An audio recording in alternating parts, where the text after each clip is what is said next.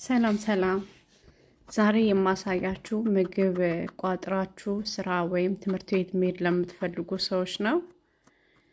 እንግዲህ ምግብ ሲቋጠር በጣም ጥንቃቄ ያስፈልገዋል።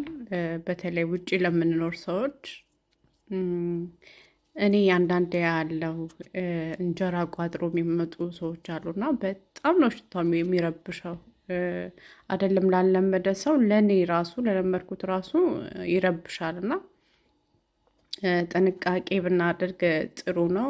ቅመም ስላለው በጣም የኛ ቅመም በጣም ኃይለኛ ስለሆነ ቤታችን ስንገባ ብንበላ ጥሩ ነው እና ደግሞ እንጀራ ከበላን በኋላ እንቅልፍ ነው የሚለው የሆነ በቃ ኃይላችንን ነው የሚጨርሰው።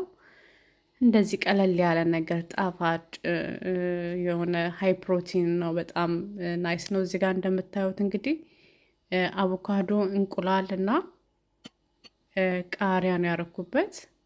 እንዲህ ቀለል ያለ ነገር ይዘን ብንሄድ በጣም ጥሩ ነው ባይ ነኝ። እዚህ ጋር እንደምታዩት እንግዲህ አርቲቾክ ይባላል። ከሰላጣ ጋር በጣም ነው የሚጣፍጠው። ቆንጆ ጣዕም አለው።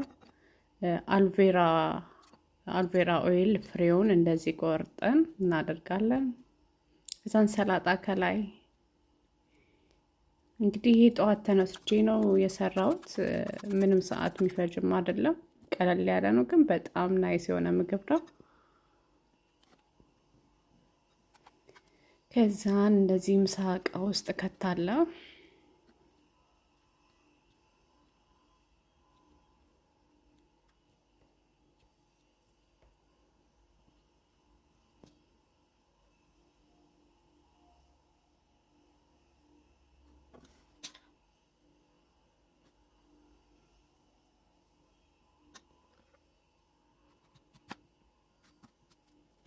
ከጎኑ ደግሞ ፍሩት አደርጋለሁ። የምትፈልጉትን ፍሩት ማድረግ ትችላላችሁ።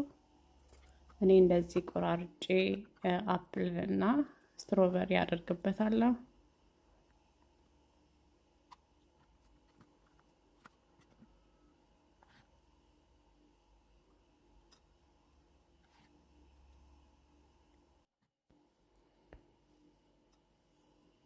እንደዚህ ሲታይ ራሱ በስመ አብ ብሉኝ ነው የሚለው። በጣም ነው ደስ የሚለው። በቃ ይሄ ሰው ፊት ራሱ ስትከፍቱ በጣም ደስ የሚል ምንም አይነት ሽታ የሌለው ሞር ኢነርጂ የሚሰጠን እና በጣም አሪፍ ነው። እንግዲህ ጠዋት ነበረ ቡናዬን እንደዚህ ጠጥቼ ልብሴን ለብሼ እንግዲህ ሽታዬን እንደዚህ ቀባ ብዬ ወደ ሩጫ ከዛን አሁን እንግዲህ ምሳ ሰዓት ደረሰ። ዛሬ ክላስ ነበረኝና እንዲህ ቡናዬን ገዝቼ ያው እንግዲህ የቋጠርኩት እንደዚህ ደስ ብሎኝ እየበላው ነው። እናንተም ሰርታችሁ ሞክሩት። በእውነት ታመሰግኑኛላችሁ። መልካም ቀን ይሆንላችሁ ባይ